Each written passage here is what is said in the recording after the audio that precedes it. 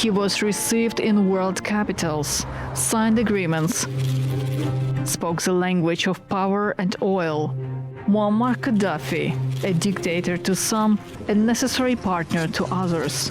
Oil, security, migration, Europe needed him. A lot of determination was needed to get out of this situation, to start off a new season of peace, friendship, and collaboration.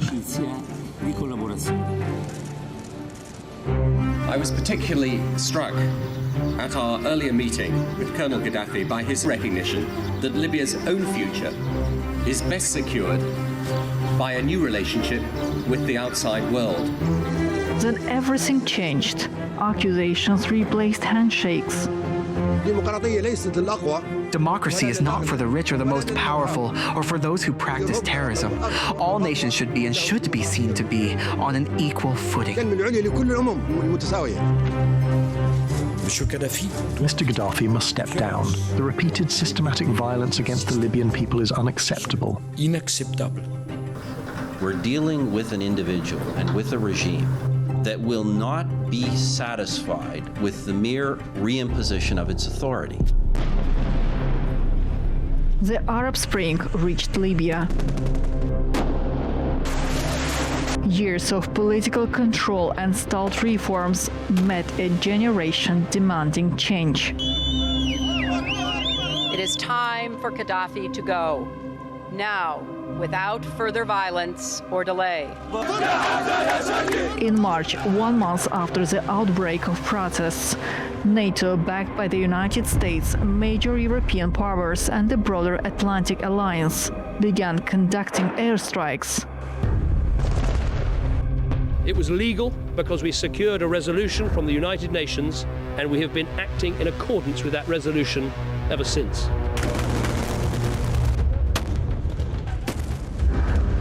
The goals of the 17 February Revolution were clear: to end family rule and military authority and to move toward democratic governance. Libyans demanded elections, ballot boxes, and basic freedoms: freedom of speech, freedom of expression, and freedom of opinion. Today, this is not the confidence and ambition that we dreamed of in 2011. In October 2011, Muammar Gaddafi's 4-decade rule in Libya came to an end. What followed was not peace, but years of fragmentation and conflict that tore the country apart. 15 years after the revolution, is Libya moving towards reconciliation, further fragmentation, or a new regional role in the Mediterranean?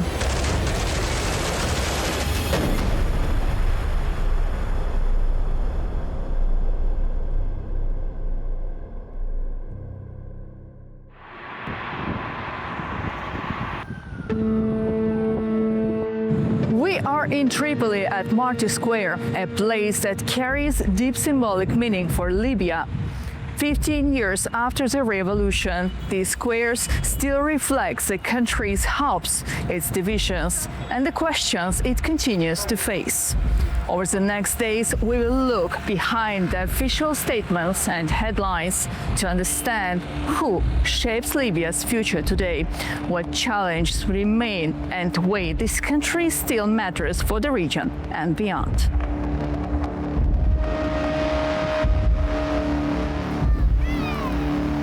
On the Mediterranean coastline, facing Europe and opening toward Africa, Libya remains a crossroads of energy, trade, and influence.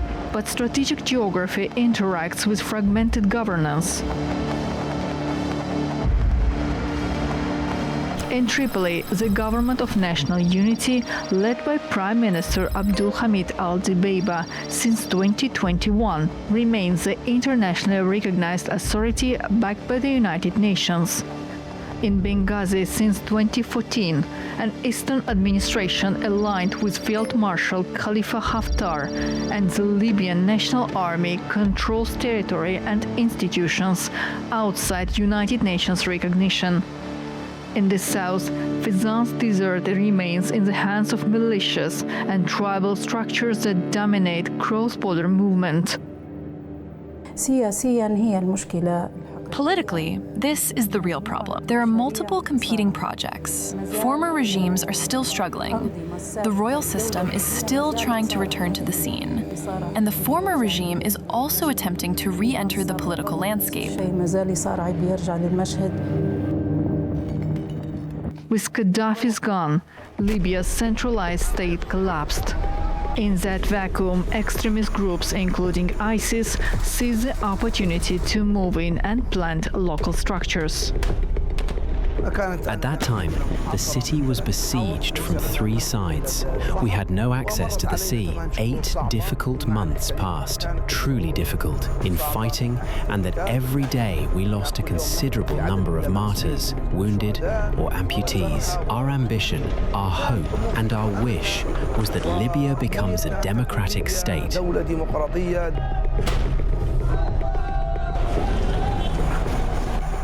In 2011, Enver Savan emerged as a Misrata figure who supervised the coordination of revolutionary brigades and logistics. After he became a Misrata power broker, aligned against Khalifa Haftar and connected to the networks that backed Misrata's armed groups. As a senior member of Misrata Council of Elders, he criticized the government for poor governance and worsening living conditions. We went out against Gaddafi's rule, the rule of an individual and the rule of a family. Today, Libya is ruled by family and individual, family and military. The chaos that is now in Libya and the poor living conditions and the political division and what Libya is approaching now is a geographical division. All of this goes back to the international community abandoning Libya and the United Nations not being serious in putting solutions for Libya, and because the West has not yet divided the cake in Libya.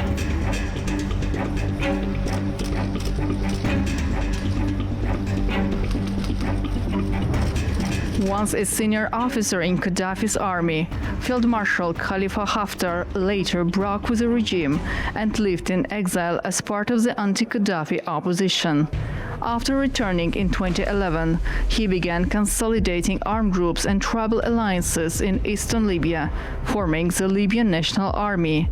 In late 2019, Khalifa Haftar launched an offensive on Tripoli, aiming to seize the capital and end the dual government era by force. The coming phase will be difficult and will require a strong leader. We call on all Libyans to make the right choice that will once again serve the country's interests. Haftar's forces, backed by the United Arab Emirates, Egypt and Russia, hoped for a quick victory.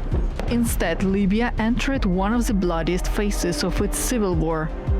The government in Tripoli relied on Turkey and Qatar, while Italy offered diplomatic support, and the United Nations tried to keep a political process alive.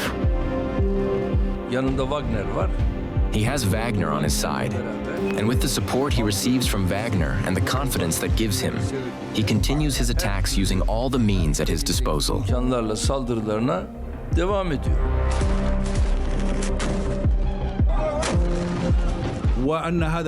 if this escalation continues, we will formally request military support from the Turkish government so that we can push back the threat posed by mercenary forces.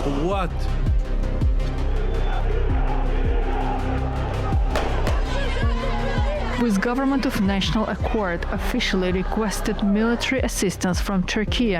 Within days, Ankara concluded a military cooperation agreement and in parallel a maritime delimitation deal with Libya, establishing a Turkish-Libyan corridor in the eastern Mediterranean. Let us be honest and clear. If the Turkish side had not intervened through mediation and attempted to calm the situation and establish communication between the conflicting parties, this conflict would have turned into a civil war. Today, we do not know how such a war could have been stopped. Turkey's intervention stopped Haftar's advance and changed the course of the war. The United Nations-led 5+5 Joint Military Commission transformed that military stalemate into a ceasefire. In October 2020, the battle for the capital ended, and Libya moved into a fragile political phase. In early 2021, a United Nations-backed political dialogue selected Abdulhamid al-Dibeiba, a figure rooted in the economic and infrastructure sectors, as interim prime minister to lead Libya towards elections. The protection of Libya's sovereignty, territorial integrity, and political unity, as well as the welfare of the Libyan people, is our primary objective.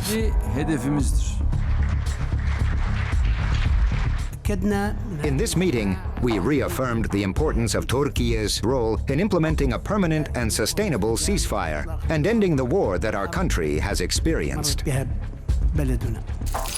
Libya remains one of the few countries the world still advises against visiting. And yet foreign interest has only grown, shifting from war to energy and maritime leverage. So, what has Libya become since the last major escalation in 2020?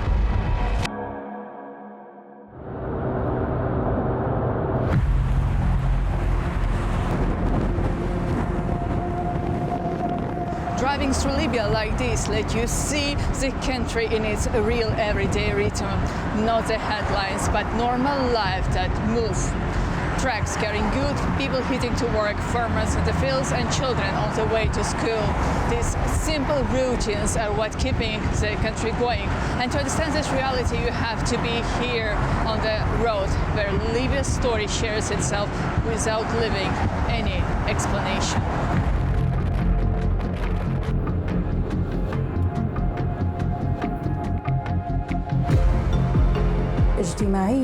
Socially speaking, we can say that Libyans' relationships over the past year or recent years, especially after the war that took place in Tripoli, have seen significant social improvement. Libyans have begun meeting again and talking to one another, moving away from the earlier problems that existed before 2019.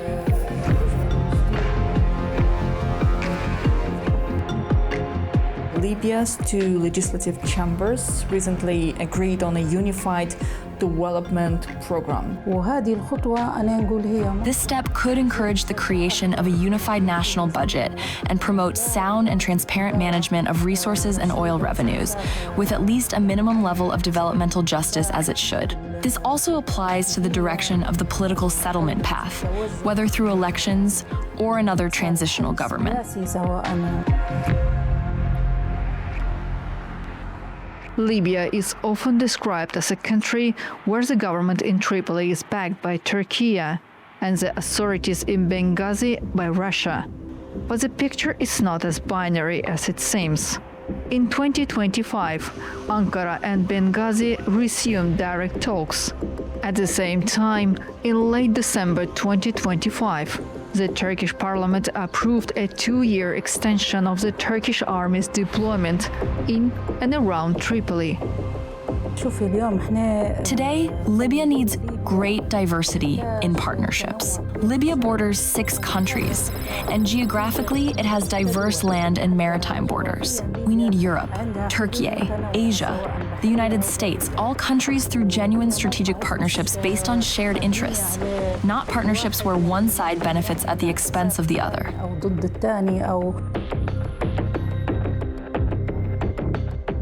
In the summer of 2025, Turkey, Italy and Libya held a trilateral summit in Istanbul, focused on cooperation across the Mediterranean.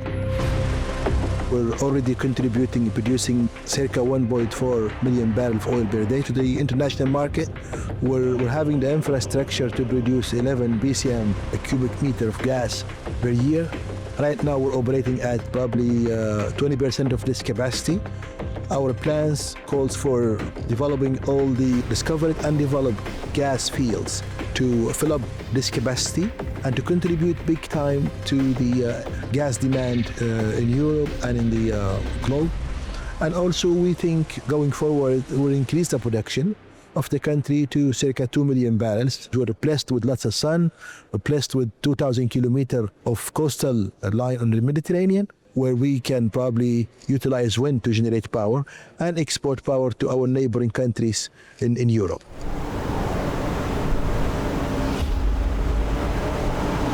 Today, Libya still holds the largest proven oil reserves on the continent.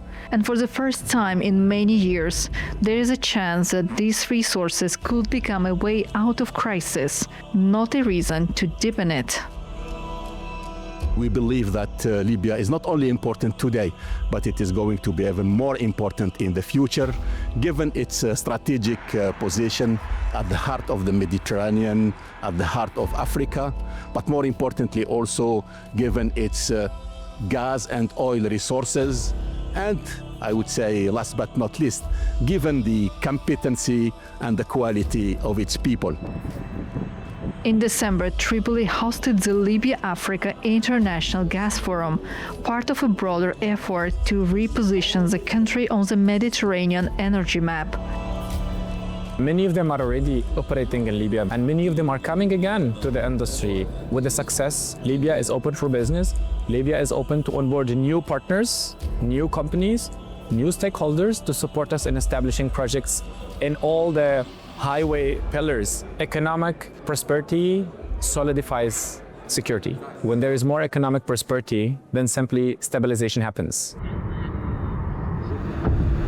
To understand Libya's energy landscape, one must pass through Zawiya, just 48 kilometers west of Tripoli. The city controls the capital's western approach and hosts Zawiya Oil Refinery, the country's second largest refinery, processing more than 120,000 barrels a day.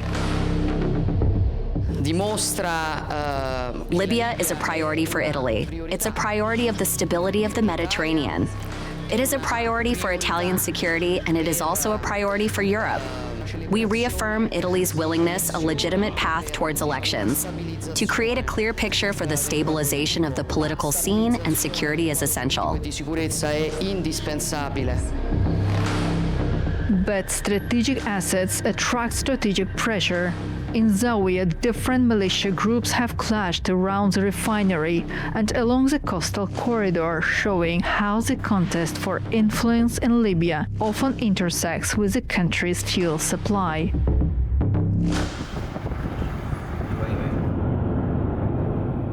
Our investigation in Libya continues. Today we are in Zawiya, a place marked by fuel smuggling and armed clashes. Multiple armed groups operate here with no real oversight, and even the Interior Minister of Tripoli has admitted he cannot fully control Zawiya. It's too risky to stop and film outside, so we stay inside the vehicle. This area remains one of the quiet front lines of western Libya. The conflict taking place in Zawiya is very unfortunate. I cannot overlook it or claim that the security situation in Zawiya is excellent from the Ministry of Interior's perspective. The truth is that I have no control in the city of Zawiya at all. These episodes showed how militia rivalries continue to shape daily life and threaten strategic infrastructure in western Libya. As you drive further toward Melita oil and gas complex, 3 checkpoints appear in quick succession. Melita Oil and Gas serves as Western Libya's main energy hub and operates as a joint venture between the National Oil Corporation and Italy's Eni. The facility handles both crude and natural gas, and it is a primary outlet for Libyan gas exports to Europe through the Green Stream pipeline that connects to Italy, one of the main gas supply routes from North Africa to Europe. Mr. President, the 2020 ceasefire agreement is largely holding, but the security situation remains volatile. Amid continued military buildup and hostile competition over territorial control, especially among Western armed groups,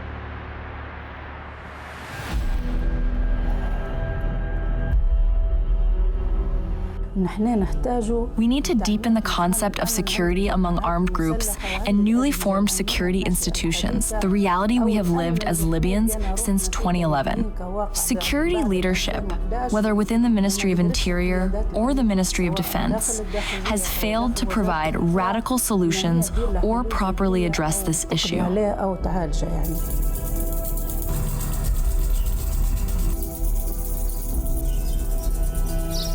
Agriculture is one of the essential pillars of Libya's recovery. To see how this plays out beyond Tripoli, we headed to a farm in Gasir Ben Gasher. His name is Juma Sadak. His work spans vegetables, fruit trees, livestock and poultry, along with barley, wheat and clover for feed, all through his own effort on land, long known for agriculture. We don't export abroad outside Libya. We sell in the market, and the rest goes to animal feed. Libya has good water and good groundwater, and the equipment exists in Libya, but the prices are high. A stable state here means only limited stability. The country still has internal problems, and these militias continue to shape the situation in Libya. It would be very good if the country became stable, and if they opened exports abroad, it would work well too. Despite the devaluation of the dinar and declining purchasing power, Libya continues to subsidize imported goods, customs duties and taxes absorbed by the state, while services such as electricity, water, gas and education remain free. With relative security, industrial capacity and access to the Mediterranean, Misrata became a center of trade and manufacturing, a place where goods enter the country and where Libya connects to global markets. According to the World Bank's 2025 Global Container Port Performance Index, Misrata ranked among the world's top 20 ports for performance improvement. We believe that the Free Zone, and the Free Zone port is one of its key pillars, provides essential support to the Libyan economy. It offers jobs, facilitates import and export operations, and reduces the cost of goods entering the country. The goal is to make Libya a gateway to Africa by facilitating the flow of goods from Europe to landlocked African countries with a combined population of around 100 million. We deal with various global shipping lines. In fact, we deal with all lines without exception, including major ones such as MSC, CMA, Maersk, Evergreen. Imports dominate, coming mainly from Turkey and China, while exports remain limited to a small set of food products, destined for countries such as Syria and Yemen.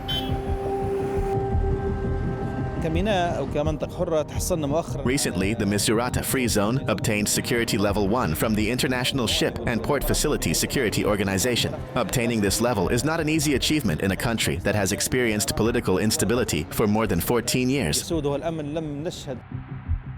In January, the Misrata Free Zone hosted the signing of $2.7 billion strategic partnership agreement to develop and expand the port terminal, bringing together Libya's government of national unity with Qatar, Italy, and international investors in a project aimed at strengthening economic cooperation and boosting the national economy. Misrata's Al Nassim factory is one of Libya's biggest private producers of dairy and food products, supplying milk, yogurt and ice cream nationwide. We started to cover most of the roughly 60 to 75% of the local market, and we export production, especially of ice cream, to Tunisian market. We import our ingredient from Germany, from European, from America, from milk powder from New Zealand. Yet, some companies have managed to adapt, keeping production running and deliveries moving across the country, regardless political divides. We export our products to the other side of Libya. Nassim has never been stopped for any city in Libya. So each family, they have our products in whole Libya, south, west, east. In Tripoli, the government has also tried to show that corruption is no longer untouchable. Between 2021 and 2025, at least 4 ministers were arrested or detained in corruption cases, a rare step in a country long seen as uncountable.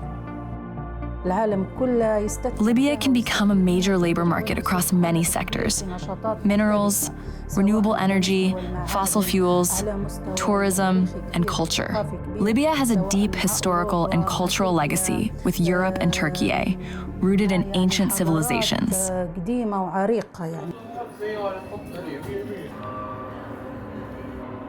Inside Tripoli's old city, the Red Castle overlooks a dense and restless market where almost everything can be found.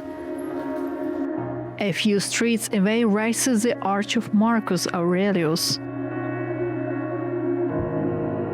Being here, we couldn't ignore Leptis Magna, a city nearly 2,700 years old that once drew travelers, scholars, and tourists from around the world. Today, the theater still opens to the sea. The forum still carries the geometry of empire, but the crowds are gone. The wind and waves are the only audience, as if the city is waiting for the day visitors return.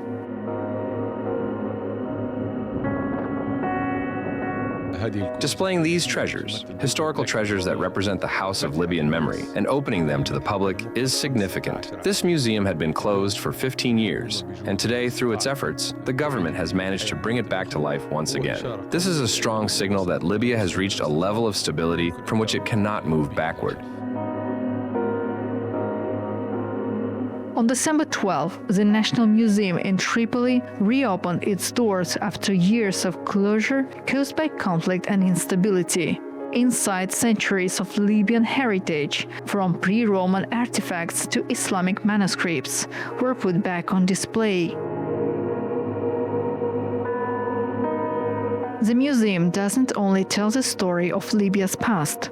It signals a future in which the country engaged with the world rather than retreats from it. If you could send one clear message to the world today, what should that message be? Today, we need genuine support for a real, peaceful, institutional transition and investment partnerships that are transparent and at the same time respect our independence and our national decision. We need assistance to build security, judicial, and financial institutions that provide justice and prosperity for all citizens. Libyans wish that Libya becomes one unified entity. They wish that there is a legitimate, unified government in Tripoli. They wish you can drive your car from east to west. Our investigation comes to an end, and we live with a different Libya than the one often described from afar. This country is slowly stepping out of isolation, opening its doors, its cities, and stories to the world. Changes, not fast, but it's real. And as Libya opens itself to new voices and new eyes, one thing becomes clear: its future will be written not by headlines, but by the people who continue to move forward despite everything. This is the Libya we witnessed, changing, resilient, and ready to be seen.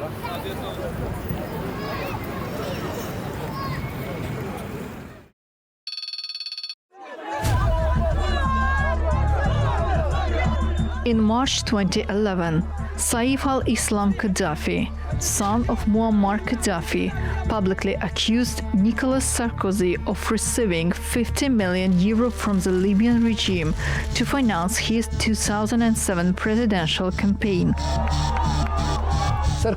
Firstly, Sarkozy must repay Libya the money he took for his election campaign. We financed his election campaign, and we have all the details, and we're ready to publish them. At the time, Paris dismissed the allegations as propaganda from a regime facing international pressure and military intervention. Mr. Gaddafi must step down. The repeated systematic violence against the Libyan people is unacceptable. In 2013, France's Central Directorate of the Judicial Police opened a formal investigation into suspected Libyan financing of Sarkozy's 2007 campaign. More than a decade after Saif al-Islam's accusation, the case finally reached the courtroom.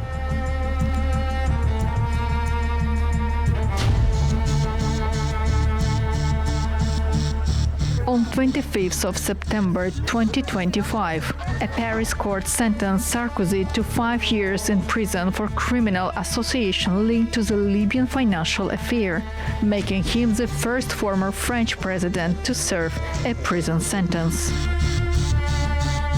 Question remains: what ended Gaddafi? Dictatorship, rebellion, or geopolitics?